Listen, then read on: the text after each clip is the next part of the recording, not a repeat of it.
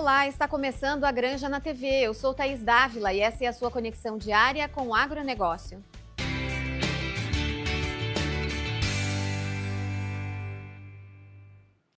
Uma tecnologia que utiliza sensores inteligentes em barras de pulverização permite a economia de quase 80% em herbicidas. É um número impressionante, não é mesmo? Quando se fala em uma economia tão significativa em herbicidas, não se trata apenas do bolso do produtor, mas também de sustentabilidade ambiental. Para entender o que é a tecnologia e de que forma ela funciona, vamos conversar agora com Matheus Eichelwein, diretor de operações da Smart Sensing. Tudo bem, Matheus? Olá, Thaís, tudo bem? E você? Bem, essa tecnologia que eu mencionei na abertura dessa conversa se chama Widget. Explica pra gente do que se trata. Então, ele é um sistema de sensores que são instalados em máquinas agrícolas, em pulverizadores agrícolas, e eles detectam a presença da planta e faz a pulverização somente sobre as mesmas. E isso traz uma economia no bolso do produtor, logicamente, traz um benefício ambiental e também um ganho de rendimento operacional das máquinas, né? Bom, e como é que ela funciona? O produtor tem que adquirir uma barra nova? É um sistema que vocês instalam na barra de pulverização? Então, ela pode ser instalada em qualquer tipo de pulverizador. Ele pode ser um pulverizador autopropelido, um pulverizador de arrasto ou um pulverizador desses que são montados no trator. E a gente coloca um sensor por metro de barra. Esses sensores eles vão fazer o sensoriamento ali de um metro de largura e cada um desses sensores comanda individualmente 4 bicos de pulverização. Então, um sensor ele lê uma área de 1 metro e comanda individualmente bicos a cada 25 centímetros. Então, se a planta estiver em uma posição mais à esquerda, por exemplo, ele vai abrir só aquele bico que fica sobre a planta. Isso é o que se chama de agricultura de precisão ou pulverização de precisão, né? Como é que vocês chegaram nesse modelo, Matheus? Eu acho que há uma busca constante por eficiência no processo produtivo, né? Todos os produtores que são eficientes, eles acabam perpetuando e tendo sucesso na sua área. E essa eficiência vem aliada com a precisão. Então, se eu for preciso, se eu colocar o produto exatamente onde há necessidade, eu acabo tendo economia, acabo tendo um impacto ambiental menor e tendo mais dinheiro no bolso também. Isso é uma consequência de fazer as coisas de maneira precisa. Então, dentro da agricultura de precisão, tem vários aspectos que você pode trabalhar dentro de uma propriedade, e um desses aspectos, uma dessas áreas, é a pulverização localizada, ou pulverização precisa, que é onde a gente entra, né, onde a gente atua com esse equipamento. E tem a questão ambiental também, que é super importante. Evita de colocar produto onde não precisa, evita de atingir plantas amigas da cultura e deixa de prejudicar a biodiversidade. Exato. O que acontece é que, num primeiro momento, o produtor ele quer reduzir custos de produção, mas, em consequência disso, você acaba tendo um impacto ambiental menor.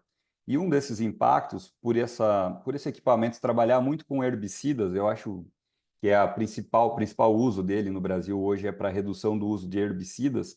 Esses herbicidas são produtos químicos que vão matar plantas daninhas, né, as plantas que são indesejadas dentro da minha área, e quanto mais herbicidas eu coloco na minha área, dependendo, lógico, do princípio ativo, da quantidade, do tipo de solo, eu posso causar é, uma certa distorção ali na quantidade de microbiologia do meu solo. Eu posso prejudicar a parte da microbiota, a microbiologia do solo, Sim. e isso vai ter impactos na minha produtividade lá na frente, porque tem muitos organismos que são benéficos que acabam sendo prejudicados por conta dos herbicidas. E, além disso, esses herbicidas eles têm um efeito residual, que podem agir diretamente nas raízes das plantas. Vamos supor que eu apliquei um produto ali com uma dose, uma quantidade consideravelmente alta, logo antes do meu plantio. E quando eu planto a minha soja, o milho, enfim, o algodão, que são as culturas que a gente está mais habituado, eu tenho um efeito desse residual desse produto na minha cultura, no desenvolvimento dela. Ela perde rendimento, ela cresce mais devagar, ela tem problemas por conta de eu ter colocado muito produto na minha área. E quando eu utilizo uma tecnologia como essa, de pulverização precisa, eu coloco o produto somente sobre as plantas, onde eu tenho solo, palha, esses locais que não são alvo, eu não vou abrir a pulverização, então eu tenho um impacto muito menor do efeito residual desses herbicidas na minha cultura subsequente ali. Bem, esse percentual de 80% de redução foi em uma área na Bahia. Esse volume, assim, de economia é possível também em outras regiões, Matheus? Não, isso é bem diverso, depende muito da propriedade, da época do ano e do manejo que você faz, quais são as culturas que você utiliza. Mas esse número é super coerente, em torno de 79% é uma média de economia que a gente consegue com um equipamento como o IDIT, porque o IDIT ele tem uma alta precisão, ou seja, eu atinjo somente as plantas mesmo, e eu tenho uma alta resolução, então eu tenho bicos a cada 25 centímetros. Então, se eu tenho uma planta realmente pequena no meu campo, eu não molho 50 centímetros, como são os pulverizadores convencionais, ou, sei lá, a barra toda, né? Eu molho somente sobre ela. Então, eu tenho uma economia, essa economia em torno de 80%, ela é realística assim para o Brasil todo, e essa não foi a maior economia que nós conseguimos. Logo no início da implementação dos primeiros testes no Brasil, ainda em 2017, com um parceiro na Bahia, nós chegamos a 99% de economia. Então, eu tinha um tanque de pulverização que ia aplicar em área total. Ele ia fazer 30 hectares e ia secar o tanque. Esse tanque ele passou a fazer mais de 1.000 hectares com a mesma Imagino. quantidade. Então, você imagina o quanto de economia, o quanto de impacto que isso causa, né? E mesmo sendo um produto relativamente novo, esse de vocês, Matheus, é um dado que faz pensar, né? Quanto se joga fora de dinheiro, de produto, de trabalho e hora máquina? Exatamente. É uma conta que, quando você pensa racionalmente, não dá para acreditar que a gente ainda faz uma aplicação em área total, sem ter a necessidade, né? Então, é algo que chegou, que já está bem estabelecido assim no Brasil. Os nossos primeiro equipamento comercial a gente instalou em 2016 e de lá para cá tem expandido bastante ao redor do Brasil. E essa expansão ela acontece muito em produtores que têm alguma curiosidade, que começam a trabalhar com a tecnologia e depois eles vão comprando a segunda, a terceira máquina, influenciando os vizinhos, os parentes. Então é meio que natural. Esse crescimento e a difusão dessa tecnologia ela ocorre de maneira orgânica. A gente tem um trabalho de marketing assim que não é tão pesado, mas essa difusão acaba ocorrendo de maneira orgânica porque o produtor ele simplesmente para de perder, ele economiza tempo, economiza dinheiro, economiza produto químico, sabe? É algo que passou a mudar totalmente a maneira de pensar no ambiente de produção ali. Bom, aqui no Rio Grande do Sul, você sabe, a gente teve uma tragédia aí na quase um ano e muitas regiões tiveram perda de solo. Os produtores muito descapitalizados, o investimento nesse equipamento, por exemplo, poderia contribuir para uma recuperação e tendo um retorno rápido também? Sim, eu entendo, é uma situação difícil, a gente acompanhou bastante. Eu sou do Rio Grande do Sul, mas moro em São Paulo já tem um bom tempo. E minha família toda é do Rio Grande do Sul, eu acompanhei, a gente fica realmente impressionado como dessas coisas acontecem e comovidos, né? E, assim, a questão do investimento nesse tipo de equipamento depende muito qual é o pulverizador que você vai instalar, onde que você vai, a largura da barra desse pulverizador. Então, isso tudo influencia no custo da aquisição. Mas eu acho que o principal é o payback, é quanto tempo realmente você vai demorar para pagar esse equipamento. Nesse caso que a gente trouxe aí na imprensa da Bahia, caso de um produtor, em um mês ele pagou o equipamento. Então, o payback de um mês para ele foi suficiente. E o que a gente trabalha assim de maneira bem realista e até sendo um pouco pessimista é em torno de um ano. Então, um ano, as economias que esse equipamento vai te trazer faz com que você pague o produto. E a partir dali é só lucro, né? Bom, a gente falou até agora sobre herbicidas, mas o widget pode ser usado também para outros produtos, tipo inseticida ou fungicida? Pode sim. A gente começou, o foco principal sempre foi o herbicida, e aí o produtor brasileiro, os nossos clientes mesmos, começaram a fazer algumas experimentações e testes e, enfim, mudou totalmente o manejo dentro da propriedade. Hoje a gente usa para as mais diversas aplicações de químicos, né, de insumos. Por exemplo, para desfolha de soja. Quando você vai fazer a colheita da soja, usualmente, se você tem alguma mancha de solo, de textura mais arenosa, mais argilosa, o relevo, tem diferenças, isso acaba causando com que a soja ela vá senescendo, ou seja, vai ficando pronta para a colheita de maneira desuniforme. Isso ocorre em pequenos espaços, né? Tem uma planta aqui que já está seca, aqui daqui a 2 metros ou meio metro tem outra que já está, sei lá, verde ou amarela, já está em outro estágio. E para isso, o produtor ele usa um desfoliante. Então, eu passo esse desfoliante em área total, hoje é o que se faz convencionalmente, cai em todas as folhas, a planta seca, e aí eu posso vir fazer a colheita de maneira uniforme, porque tudo já está seco. O produtor, ele vendo essas variações, ele começou a utilizar, alguns dos clientes nossos, na verdade a maior parte deles, começou a utilizar a ferramenta para aplicar somente nas plantas que ainda estavam vivas, as que já estavam secas não têm essa necessidade, e aí essa aplicação para a colheita da soja passou a ser mais uma função. Outra função que a gente tem é aplicar, aí não pensando mais em herbicidas ou desfoliantes, é aplicar o próprio inseticida ou fungicida, que são produtos protetores das plantas, somente sobre as plantas. Quando eu tenho algodão ou milho que se planta num espaçamento maior, de 76 ou 90 centímetros de espaçamento entre linhas, até a cultura crescer e fechar essa entrelinha, eu tenho um espaço, um potencial de fazer as aplicações somente sobre as plantas. Então, um fungicida ele não vai ter função no solo, ele tem que estar depositado sobre a planta do milho ou sobre a planta do algodão. E o equipamento, como ele tem um bico a cada 25 centímetros, ele detecta onde está essa linha dessa planta e faz a aplicação somente sobre as plantas. Logicamente, depois que as plantas cresceram e fechou a entrelinha, o dossel, aí você vai fazer uma aplicação em área total. Mas tem o potencial de uso para isso.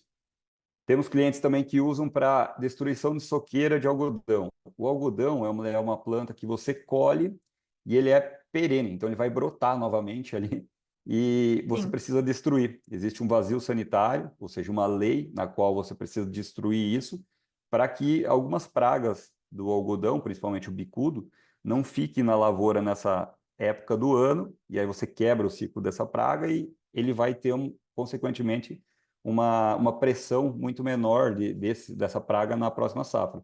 Então, o governo ele fiscaliza e você tem, obrigatoriamente, depois que colher o algodão, que matar ele. E isso aí é feito, tem várias maneiras, o arranquio, a parte mecânica mesmo, ou química, né? Utilizando herbicidas. E esses herbicidas a gente faz aplicação, 2 a 3 aplicações somente sobre a linha do algodão também. E daqueles algodoeiros que brotaram, né, logicamente. Sim. Tem uma série de outras aplicações, por exemplo, regulador de crescimento no algodão. O algodão ele é uma planta que ele vai crescendo e eu tenho que frear esse crescimento dele para que ele produza mais galhos ali e, consequentemente, ter uma produção maior de algodão e não de parte vegetativa. E esse regulador de crescimento, ele serve para quê? Para frear aquelas plantas que estão bem altas e, ao mesmo tempo, eu não quero aplicar naquelas que estão com um desenvolvimento atrasado, que ainda estão pequenas. Eu posso utilizar a ferramenta para isso, fazer uma taxa variável, que seria uma dose maior nas plantas maiores e uma dose menor ou até zero nessas plantas que estão pequenas. E como é que funciona a regulagem desses sensores, Matheus, para ele identificar uma coisa ou outra, o que se deseja alcançar com a pulverização? E como é que é feita essa regulagem? O próprio produtor pode fazer? Isso. Ele é um equipamento super simples, muito, muito simples. Não demanda de calibração por parte de operador nem nada. Ele vai trabalhar nas mesmas condições. Se você parou de trabalhar hoje à noite e vai começar amanhã cedo ou amanhã ao meio-dia, você só pressiona um botão e segue fazendo o que você estava fazendo. Ele não tem nenhuma calibração que precisa ser feita de acordo com a condição de iluminação ou, enfim, quando muda alguma situação no solo.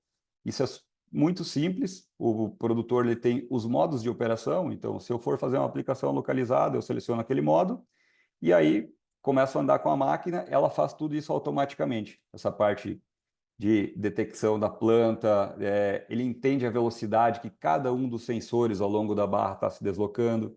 Então, se eu faço uma operação de curva ou manobra, e eu tenho barras de pulverização com 36, 40 metros de largura, são muito grandes. Quando eu faço uma curva, um lado da barra está praticamente parado, o outro está muito rápido, e aqui no meio, onde realmente está a máquina, eu estou numa velocidade média. Eu entendo a velocidade de cada um desses sensores, informo isso para eles, ele tem a capacidade de fazer a abertura no tempo certo, para não perder a planta, e ainda ajustar a quantidade de produto que vai sair no bico, de acordo com aquela velocidade. Então, ao longo da minha barra de 40 metros, eu vou ter uma variação no fluxo que está saindo de cada um desses bicos, para que, no fim, todas as plantas recebam a mesma quantidade de produto que eu estipulei lá, que está estipulado na dose, na bula do produto, né? Uma questão que utilizar um sistema como esse chama atenção também é para a regulagem de bicos, o manejo do equipamento. O produtor que usa esse sistema, ele já fica mais atento a isso também? Exatamente. O capricho, né, que a gente fala, isso é um ponto de muita atenção, e os produtores que estão mais abertos a utilizar a tecnologia, geralmente eles têm mais atenção a esses pequenos detalhes. E isso é fundamental, não só para aplicação localizada, mas para aplicação em área total. Independentemente da área que você está trabalhando, você tem que ter atenção a esses pontos que vão influenciar a qualidade da aplicação, como a qualidade da água que você vai utilizar, Sim. os filtros que você tem no pulverizador, se não tem nenhum rasgado, se eles estão com uma filtragem boa ou não. Isso pode até, em alguns casos, a gente já viu, inativar a molécula. Estou pegando uma água que tem muita argila, ela pode inativar a molécula do meu princípio químico que eu estou aplicando lá no campo, e isso não vai surtir nenhum efeito. Então, atenção a esses pequenos detalhes que influenciam na qualidade da aplicação. Isso é uma coisa que a gente trabalha bastante com os nossos clientes, assim, sempre que faz uma entrega técnica, também aborda a questão de qualidade de aplicação. Mas que bom então que o produtor está mais atento a essas questões, né? Especialmente quem já usa uma nova tecnologia como a de vocês, também atento a essa questão tão simples, mas que às vezes é deixada de lado. Exato, é fundamental, porque de nada adianta você ter a melhor tecnologia do mundo e fazer um operacional ali errado, pecar num detalhe que vai determinar a qualidade final de tudo, né? Muito bem, então, Matheus Eitelwein, da Smart Sensing, obrigada e parabéns pelo trabalho, obrigada pela participação. Obrigado, a gente agradece e fica à disposição aí para todos que quiserem conhecer mais a tecnologia. Obrigada. A Granja na TV faz um rápido intervalo, em seguidinha a gente volta com outras informações. Até já!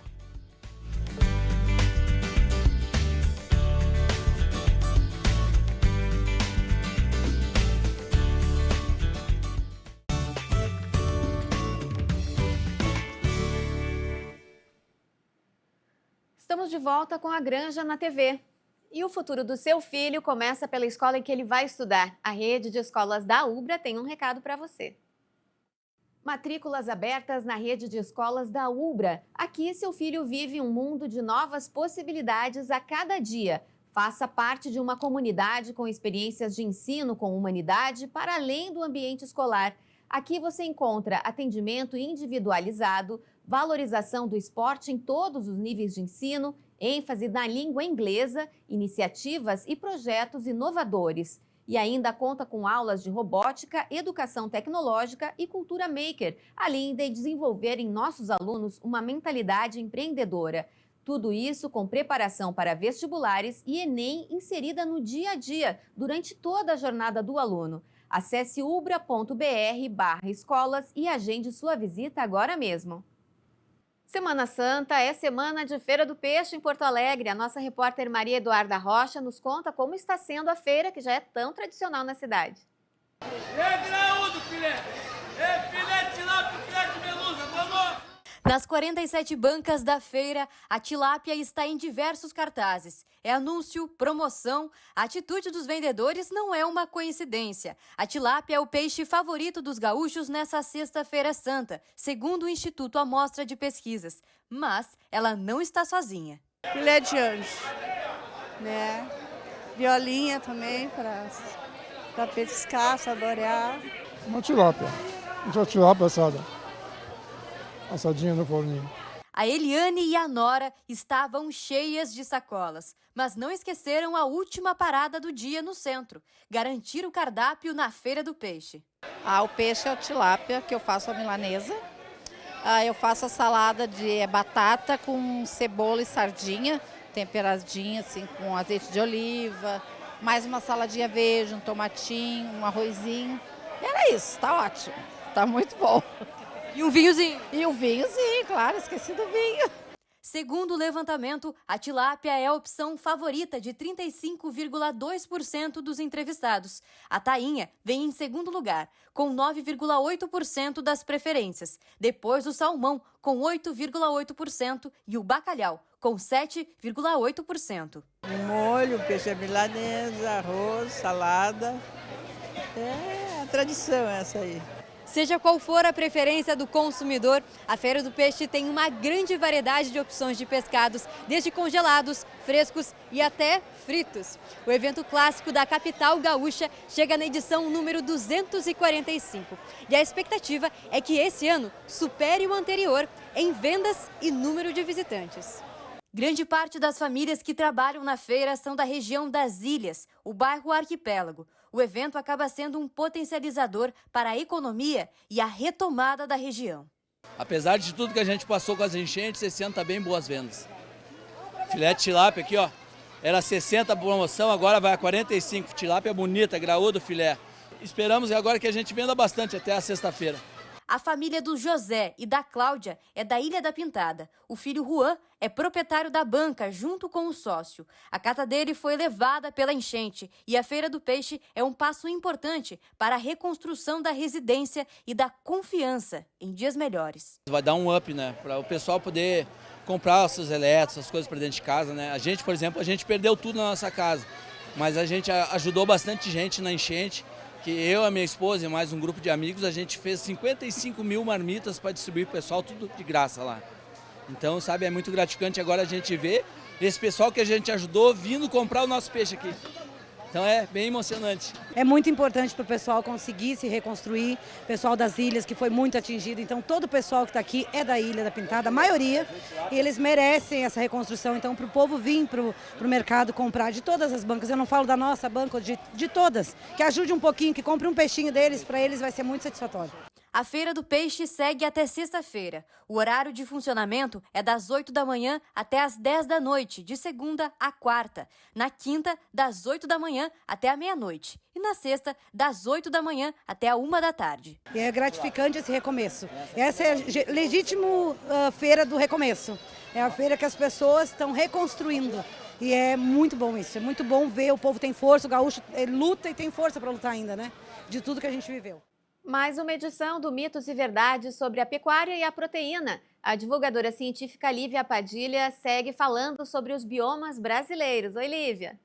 Oi, Thaís. Chegamos hoje ao último bioma da nossa série. Hoje vamos falar sobre a Amazônia. E esse bioma, como a gente pode visualizar aqui no mapa, ele abrange cerca de 49% do território nacional. E além do Brasil, ele também se expande para outros países da América do Sul. A Amazônia também possui a maior floresta tropical do mundo. E devido a essa grande importância e essa abrangência do território nacional, é comum ouvir por aí muitas notícias e relatos em relação ao desmatamento.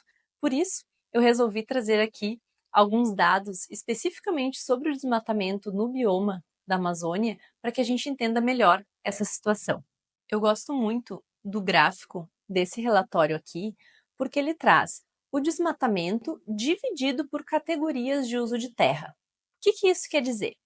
Quando a gente analisa todas as terras onde ocorre um desmatamento no bioma da Amazônia, a gente pode observar aqui que a minoria é dentro de área privada, ou seja, 25% ocorre em área privada, e o restante é em assentamentos rurais, unidades de conservação e terras públicas não destinadas para o cultivo.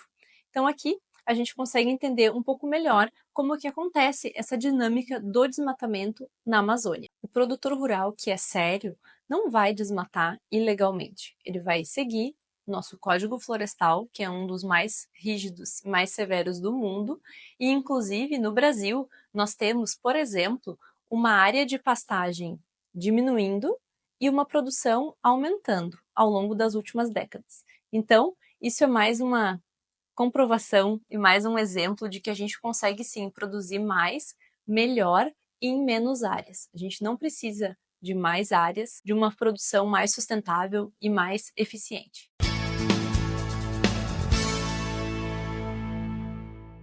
O importante, a porteira ficou aberta. Então, no Ministério da Fazenda, com o Guilherme Melo, secretário de Política Econômica, e no Ministério da Agricultura, com o Guilherme Campos, secretário de Política Agrícola do Ministério da Agricultura, que também está preocupado, assim como o ministro Carlos Favaro, que nos foi relatado por ele, para que possamos ter uma solução para o endividamento dos produtores rurais do Rio Grande do Sul. Portanto, senhores, estamos trabalhando. Vai ter solução ampla, geral e restrita? Não. A solução será parcial e para os produtores que realmente necessitam. A nossa consideração aos senhores produtores é que aqueles que puderem pagar os seus custeios, as suas dívidas, os seus investimentos, devem pagá-lo. Aqueles, evidentemente, que colheram, que conseguiram um produto para tal.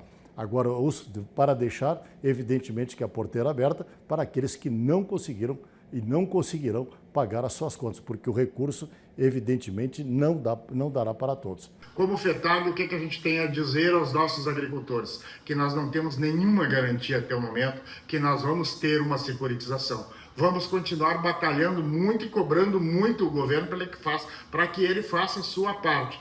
Mas os agricultores que tenham dívida e que não vão conseguir pagar, vão no banco e pedem a prorrogação, nem que seja nesse primeiro momento, pelo MCR, para depois a gente tentar enquadrar dentro das medidas. A FETAG vai seguir cobrando muito forte e, se precisar, nós já temos uma assembleia marcada para o dia 29, onde nós vamos trazer a pauta. Se até lá não for resolvido a sinalização ou tenha sinalizado com uma solução para os produtores, nós vamos retomar as mobilizações novamente. O agricultor precisa produzir e o governo tem que fazer a sua parte, que é dar as condições para o produtor continuar produzindo.